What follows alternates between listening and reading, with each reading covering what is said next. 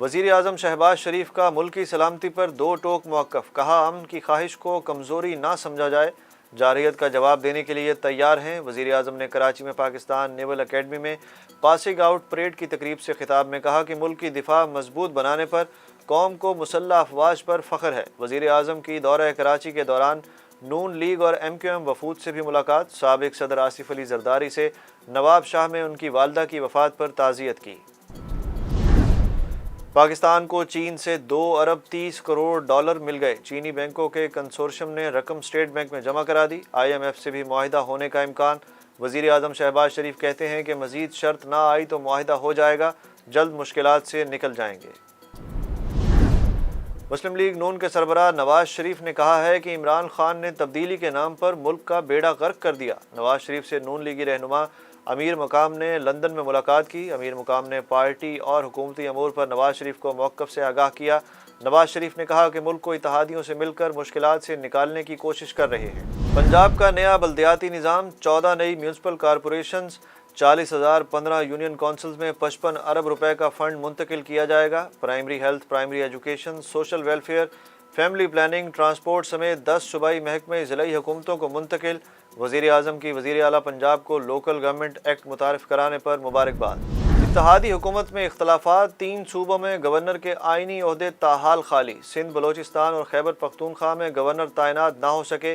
ज़राए का कहना है कि पंजाब के अलावा खैबर पख्तूनख्वा, बलोचिस्तान और सिंध में हुकूमती इत्तेहादी जमातें अपना अपना गवर्नर लगवाना चाहती हैं। मामलात ताहाल हल नहीं हो सके, जिसके बायस तीनों सूबों में स्पीकर्स ही कायम मकाम गवर्नर्स हैं। मुल्क में कोरोना केसेस में मुसलसल इजाफा, शरह 3% से भी ज़्यादा हो गई। 24 घंटों के दौरान 435 अफराद में कोरोना की तस्दीक। कोरोना मुस्बत केसेस की शरह 3.19% रिकॉर्ड। एक शख्स जान की बाजी हार गया। वफाकी वज़ीर दाखिला राना सनाउल्लाह के खिलाफ मंशियात बरामदगी केस में फ़र्द जुर्म की कार्रवाई एक बार फिर मुअख्खर हो गई। अदालत ने मुकदमे पर कार्रवाई बगैर पेशरफ्त के मुलतवी कर दी। इंसदाद मंशियात की खुसूसी अदालत ने केस पर आइंदा समाअत 23 जुलाई तक के लिए मुलतवी की।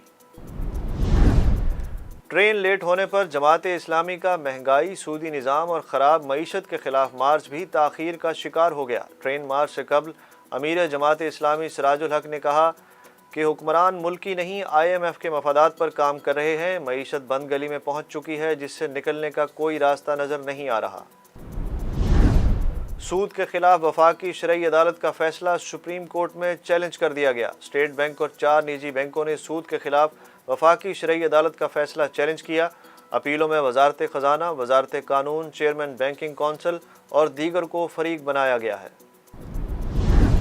सऊदी वजारत हज और उम्रा की जानिब से उम्रा ज़ायरीन के हवाले से नई हिदायत। सऊदी वजारत हज और उम्रा का कहना है कि 25 रोज़ तक आज़मीन हज के अलावा किसी को भी उम्रा अदायगी की इजाज़त नहीं होगी। गैर मुल्की खबर रसा एजेंसी की रिपोर्ट के मुताबिक मुजव्वज़ा मुद्दत के दौरान उम्रा के मनासिक को सिर्फ हुज्जाज तक महदूद रखा जाएगा, ताकि आज़मीन हज को सहूलियात मुहैया की जा सकें।